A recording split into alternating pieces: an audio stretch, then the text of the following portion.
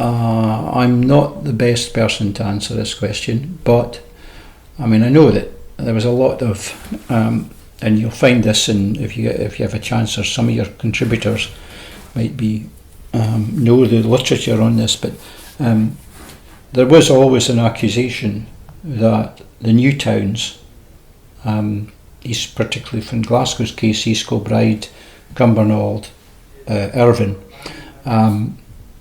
they took a lot of the how do I describe this? It's kind of people that I grew up with, people who had relatively high quality jobs, and relatively skilled people, and they were more employable in the new factories that were being built in the likes of East Kilbride and Irvine and Cumbernauld, and the effect was that the people who were placed in the likes of Castlemilk or Easterhouse or wherever tended to be more.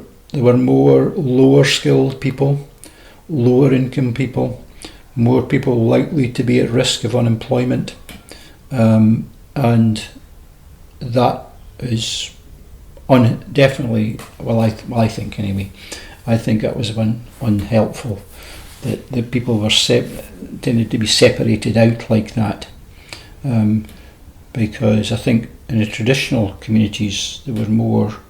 This is pre the likes of Drumchapel or Easterhouse.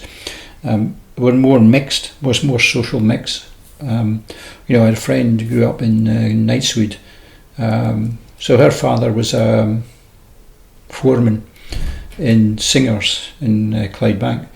Now he was quite highly regarded within the community. And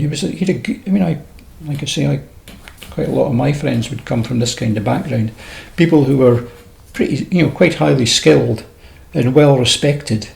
Okay, I mean, they weren't professionals as we call them mostly now, but they were highly respected, highly skilled people, and I think it was good.